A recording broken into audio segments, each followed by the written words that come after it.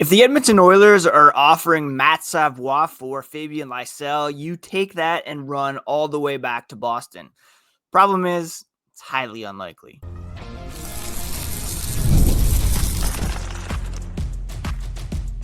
You're Locked On Bruins, your daily podcast on the Boston Bruins. Part of the Locked On Podcast Network, your team every day. What is up, Bruins fans, and welcome back to the Locked On Boston Bruins podcast. I'm your host, Ian McLaren, and this is a daily show where we discuss all things Spoked B. Today is Thursday, August 21st. Thank you so much for making Locked On Boston Bruins your first listen every day. It's part of the Locked On Podcast Network, your team every day. And today we are breaking down the latest rumors, reports, conjecture that the Edmonton Oilers are interested in Fabian Lysel. We're going to talk about what the proposed offer is and why the Bruins, if they're being offered Matt Savoie, this deal should have already been done. And also what it says about Fabian Lysel's standing with the Boston Bruins. We'll also touch on Jeremy Swayman and some interesting comments he made the other day on Nesson during the Jimmy Fund telethon. Before we get into all that, thank you so much again for making Locked On Bruins part of your daily routine. Today's episode is brought to you by FanDuel. Football season is around the corner. Visit the FanDuel app today and start planning your future bets now. You can also find the podcast on social media at Locked NHL Bruins. That's on X, Blue Sky, Instagram, Threads, even TikTok these days. And you can find me, my hockey thoughts, dad jokes, at Ian C. McLaren. So, if Matt Savoie is the return, Boston should accept immediately. And this is all in relation to some conjecture online. It's being picked up even in Edmonton by the Edmonton Journal that Fabian Lysel is being explored by the Edmonton Oilers. Of course, 2021, first round pick, 21st overall. At the time, he was touted as a rare, high skill, high upside player that fell into the Bruins' lap at that position, 21st overall. He's got the speed, he's got the hands, he's got the creativity, and he was projected as a potential top six winger, and still is in some circles. 3 years in Providence, though, and the hype has cooled a bit, even though I'd say his stock went up a little bit after a pretty successful stint to end the season where he ended up scoring his first career NHL goal. His numbers, though, in Providence dipped this past season compared to the previous one. Downward trend, which is not upward growth. Not a really great sign, and not what you want to see in a player entering the final year of his entry-level contract. Joe Sacco said last March the reports from Providence are positive. His 200-foot game, his play away from the puck, his ability to stay on pucks, and that's kind of like the checklist of effort and responsibility that the Bruins are looking for. He's still not forcing the Bruins' hand, though. He didn't come up and explode here in the 12-game stint that he had. So enter this report may be a bit generous, from Dominic Tiano, dom.hockey.com. Super plugged in on the Bruins prospect pipeline, well regarded in Boston circles. I read his stuff all the time. And he floated, I believe, in the Bruins Diehards Discord.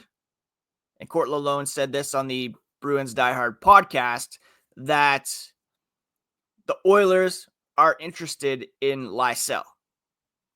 But let's be super clear. First of all, everydayers will remember from my time working at The Score, you're not going to see this story on the Score app until it's picked up by one of the top hockey insiders. It's fun to talk about, but it's not considered a real report for those purposes, for the purposes of aggregation, until it comes from an Elliot Friedman, Frank Saravelli, Chris Johnston, Darren Dreger, Kevin Weeks, those kind of hockey people.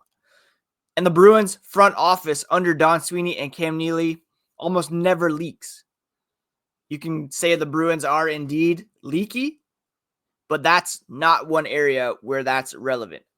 If something's out there, it's usually agent-driven, speculation, or kind of a guess based on fit. David Staples of the Edmonton Journal, he framed it as a question mark. The title of the article was Edmonton Oilers in trade talks for Boston Bruins first-round winger?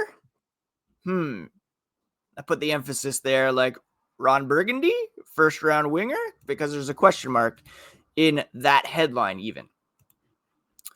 Now listen, if Matt Savoie is indeed being floated in a trade for Fabian Lysel, you take that to the bank and lock it up, because you are laughing if that is actually a possibility. 2022 top 10 pick, 9th overall, compared to Lysel, who was 21st overall. He's a year younger than Lysel. He outproduced Lysel in the WHL, 90 points in 65 games versus Lysel's 62 and 53. Much stronger first AHL season than even Lysel's third AHL season. Still waiver exempt for 2 years on a lower cost ELC, which is gold for a cap strap team. And he would be able to slide right into that next generation group with James Higgins, Dean Letourneau, Mason Lohrei, Fraser Minton, Matt Poitras. It would also give them something Lysel hasn't provided, a real shot at an impact top 6 forward under cost control. I always look at Dauber prospects. They rank him as having 9 fantasy upside, 9 NHL certainty, a dynamic offensive weapon that can beat defenders in a variety of ways, elite raw skill that should make an impact, offensive player at the NHL level. He was traded from Buffalo to the Oilers last offseason. That sent the Sabres Ryan McLeod and Tyler Tullio puzzled fans, because Savoie has high-end prospect upside, and he could very well be riding shotgun with Connor McDavid or Leon Draisaitl in a couple years, maybe even this year. Lit up the AHL, 19 goals, 54 points in 66 games, and he could be a dark horse for the Calder Trophy this season if he gets put on a line with McDavid or Draisaitl. An exciting prospect for the Oilers, who could become an outstanding complementary piece in Edmonton's top 6. So you're talking about a guy who's potentially able to ride shotgun with the best players in the NHL. Lysel, Dauber calls him an elusive playmaking winger who breaks down opposing defenders with his great speed and puck handling ability, threat off the rush, and from the half wall on the power play. He's still a very promising player, and there's still reason to believe in his upside. Having said that, if Savoie is part of the package, Boston does this in a heartbeat. It's a bet on upside, timeline fit, and a better development track. But that's exactly the problem, right? Why on earth would Edmonton move Matt Savoie for Fabian Lysel?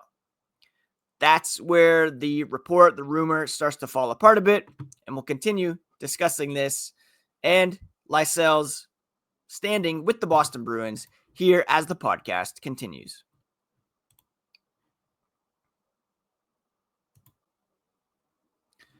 August 26th is officially FanDuel Futures Day, a brand new holiday for football fans who live for bold predictions and preseason hunches.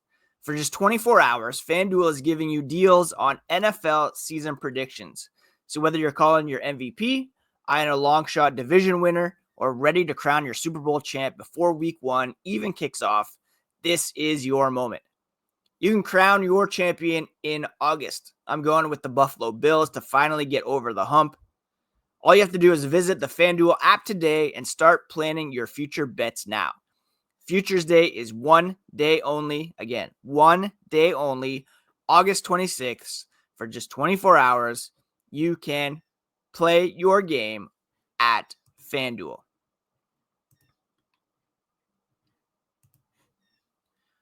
Thanks again for making Locked On Bruins part of your daily routine.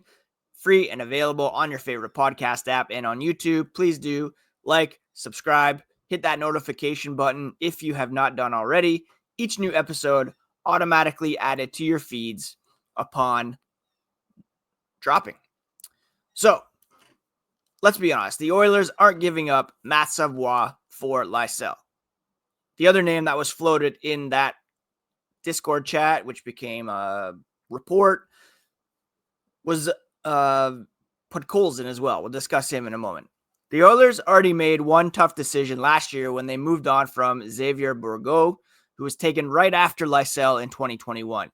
Didn't really develop in the AHL, and they can't afford to repeat that mistake by selling low on a much better prospect like Savoie, especially after such a promising AHL rookie season. Look, value matters here. Savoie is younger, cheaper, more versatile than Lysel. He can play center as well as wing. And he gives Edmonton 2 extra years of roster flexibility before needing waivers. They've got multiple big contracts. Darnell Nurse, Evan Bouchard just re-upped for a big-time deal. Leon Draisaitl's making $14 million. Connor McDavid's going to get a raise beginning next season. So that cost-controlled ELC is absolutely crucial for the Edmonton Oilers. Their group is kind of already undersized and skill-heavy with adding Isaac Howard, Andrew Mangiapane, Matt Savoie. Lysel is another small winger with more questions than answers. And he doesn't address Edmonton's biggest need, which is size, speed, defensive responsibility, and forechecking. That's why maybe Vasily Podkolzin also floated as part of the speculation.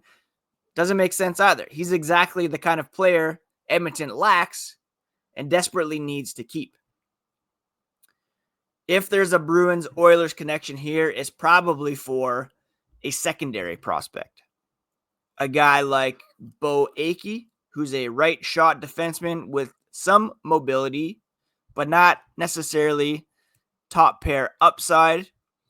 Or maybe a guy like Quinn Hudson, who you could see as a forward, not a blue chip guy, but with some measure of offensive promise.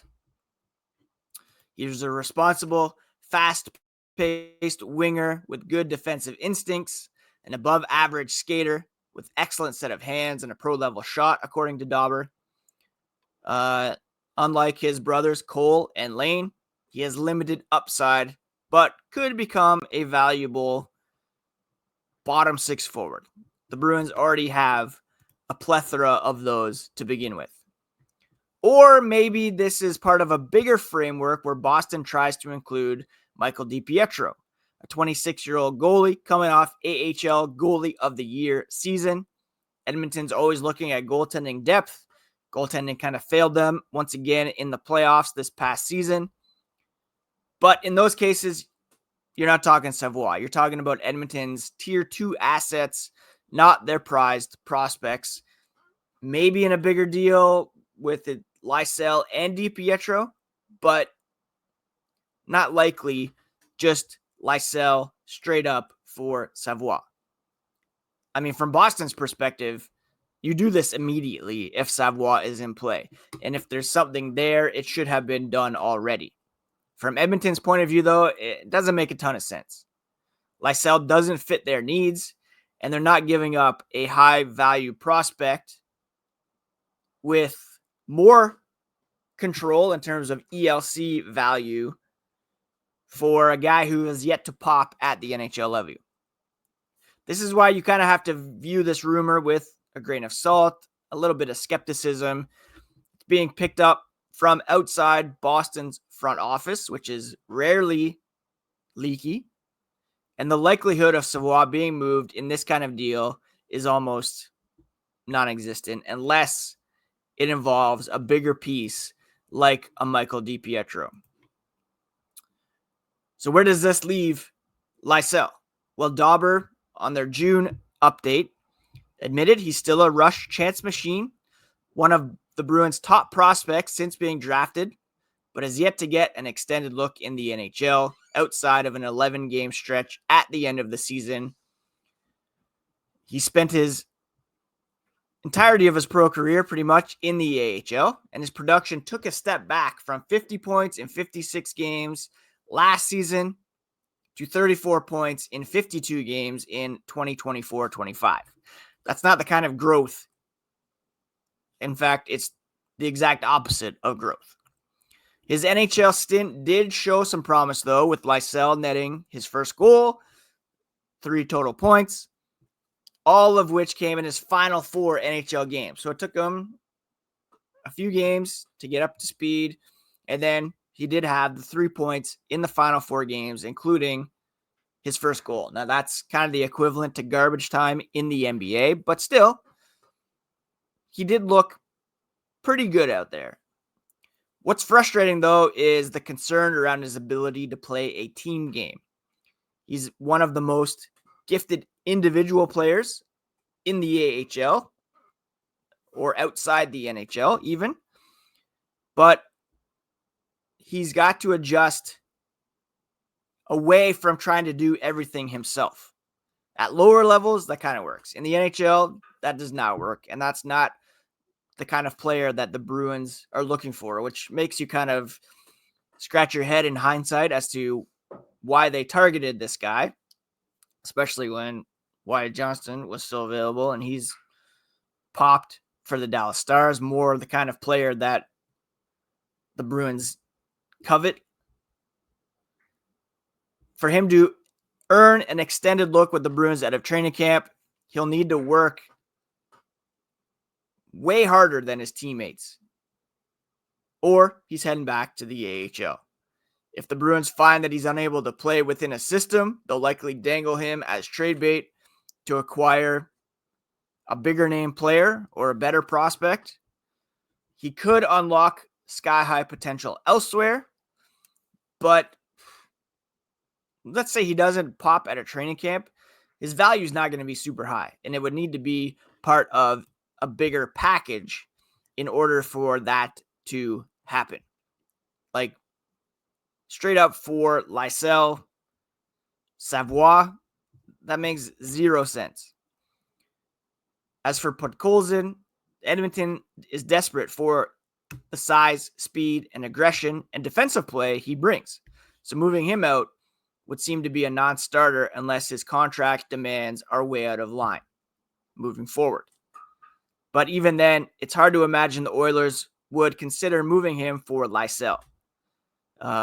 Given that they already kind of have, like I said, they acquired Howard, added Mangiapane, Savoie's in the mix, and even David Staples in the Edmonton Journal admits, would Edmonton have any interest in Lysel? He says, I've not seen this player. Great. So I'm no expert on him. Cool. But unless he's one hell of a ferocious backchecker and forechecker, as Savoie reputably was last year in Bakersfield, I don't see a fit. So this guy didn't even watch Savoie in Bakersfield. And if you've seen one shift of Fabian Lysel, you know he's not a hell of a ferocious backchecker or forechecker. He added, again, the only possibility would be maybe Bo Akey, who does have some promise as an OHL defenseman. Or it could be that Lysel might be moved to the Oilers in a bigger deal that would include Michael DiPietro. That might be of more interest to the Oilers. But again, either way, not sure Lysel is a fit in Edmonton. So all that to say, it is mid to late August. It's, again, important to take some of these rumors with some amount of skepticism, even if it's coming from a respected Bruins blogger, a guy who is plugged in to their prospects, another great podcast in Bruins diehards. It was being picked up in Edmonton kind of just as a question mark and not as if it was affirming or validating the report. Again, if Matt Savoie is in play, then the Bruins should have done this trade yesterday.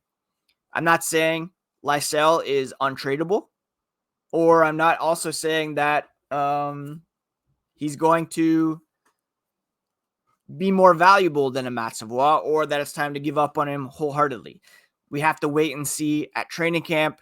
Maybe he's had an amazing summer where he's bulked up and he's going to blow us away in camp. If not, back to the AHL, and his trade value at that point would be pretty minimal unless you're going to package him in something bigger. All right, so that's the Lysell take. To wrap up today's podcast, we're going to touch on some interesting comments made by Jeremy Swayman the other day about last season and his mindset coming into this season. We'll touch on that here as the podcast continues. Have you ever decided last minute to head to the ballpark with friends or family? Maybe it's game day. You suddenly realize you want to be in the stands. That's exactly where Gametime comes in. It's the easiest way to grab last-minute tickets without the stress. With the money you save on tickets, you can splurge on food, drinks, merch, a new hat. I'm always open to that. Or even invite a bigger group to come with you. Gametime makes it all possible. We actually grabbed some tickets on Gametime to see the Blue Jays and the Astros in September. It was amazing to get the view from your seat in the app, so we know exactly what to expect when we get there, and a fantastic deal for two top American League teams that will be making pushes for division championships. Gametime is the official ticketing partner of Locked On MLB, and you can take the guesswork out of buying tickets for your next baseball game, whether it's the Red Sox or wherever you're listening from. Download the app, create an account, use code LOCKEDONNHL for $20 off your first purchase. Terms do apply, but again, create an account, redeem code LOCKEDONNHL for $20 off. Download the Gametime app. Last minute tickets at the lowest price guaranteed. Okay, let's wrap up today's podcast by discussing how the Bruins star goalie Jeremy Swayman, took last season's struggles to heart, but he was grateful to go through it. And this all comes via Lauren Campbell at masslive.com, who transcribed Swayman's interview on the WEEI Nesson Jimmy Fund Radio Telethon on Monday. He admitted there were ups and downs last year, probably more downs than ups, we would all admit, and that he took it to heart. He said, quote, "I don't like losing. I don't like missing the playoffs. And that's a standard I hold myself to," end quote. Now, we all know that Swayman, I don't want to say sensitive. I'd say he, definitely takes things to heart, perhaps maybe than most. We all know how he reacted to having to go through arbitration a couple times, how last year's contract kind of dispute played out and how that was tough on him. That translated into not being in training camp, not playing any exhibition games, not even making the opening night start, and then kind of struggling from there. And he said that he was in a place that he didn't want to be mentally, but he used it to challenge himself to keep moving forward for this team. I always appreciate when players are open and honest about their kind of mental health, because it humanizes them and it helps us to see, these guys aren't just robots going out there night in and out doing a job. They have things going on in their lives and their heads that do impact things on the ice. It's their job, of course, to deal with it as swiftly as possible and to put their best effort forward. But as he said, that's not something you can just buy at Target. He said if he was down, he wanted to make sure he was getting up, making sure he was falling forward and doing whatever he could to help his teammates and his team. The blame isn't all on him for the struggles for this team. He did maybe take on a bit too much of that burden, but he said it was a learning experience that he believes will only make him better. You have to experience it in order to go through it, and that was a huge learning curve for me, Swayman said. But he's taking a positive spin, saying, I couldn't be more grateful to have it. And I'll tell you what, it's a blessing that I was able to go through that and have the support of my teammates, my family, and the city that just never wavered in belief. Now, it might be a bit generous to suggest that the entire city of Boston never wavered in their belief in Swayman. I've seen plenty of criticism about his game, plenty of comments on the YouTube channel, on social media that he should be traded, which is just ridiculous. He's in a different spot this summer than he was last year. He's got the 8-year contract extension entering in year 2 of that. So that's not a distraction this year. He had a strong world championship performance that left him, by his own admission, feeling like a new person, reminded him who he was, what he's capable of, and he's going into this season with a fresh mindset, a new coach in Marco Sturm, some new teammates, some healthy teammates in Charlie McAvoy and Hampus Lindholm. That's going to have an impact. And he said, we have something to prove this year, and that's exciting. Now, Swayman's star did not diminish to the point where he is not being considered for the U.S. Olympic team.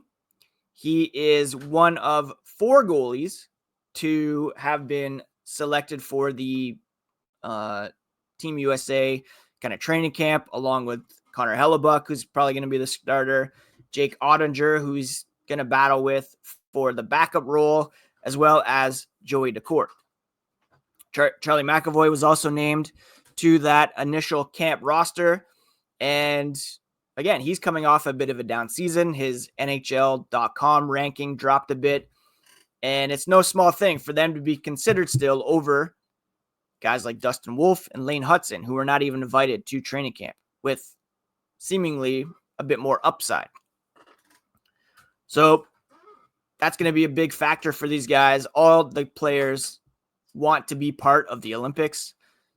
Just coming back, NHL participation for the first time since 2014. Everybody wants to be part of that, especially after the 4 nations face off. So that's going to add a bit more motivation for these guys to have a great start to the season. All right, so that's today's episode of Locked On Boston Bruins. Thank you so much for taking the time to listen. Please drop a comment on YouTube or on social media if you have any opinions on Fabian Lysell, these reports, rumors with the Edmonton Oilers. Again, if Matt Savoie is on the table, this deal should have been done before Savoie even came out of Stan Bowman's mouth. The moment you hear Matt, yeah, do it. We're getting. So the fact that that's not happened yet makes me think not much to it, but we'll wait and see. Swayman, I'm all in. I've mentioned I traded for him in my fantasy league for Matty Beniers. I'm hoping for a big rebound from him. And we're going to touch on some more fantasy hockey stuff as the season progresses, because I've heard from you guys that that's something that you enjoy. Please do check out the Locked On NHL podcast next. It's available on the Locked On NHL YouTube channel, your favorite podcast app, all the biggest stories from our local experts. It's all part of the Locked On Podcast Network, your team every day. Please do take care of yourselves, take care of each other. We'll talk to you again here on the next episode of Locked On Boston Bruins. Oh, my throat.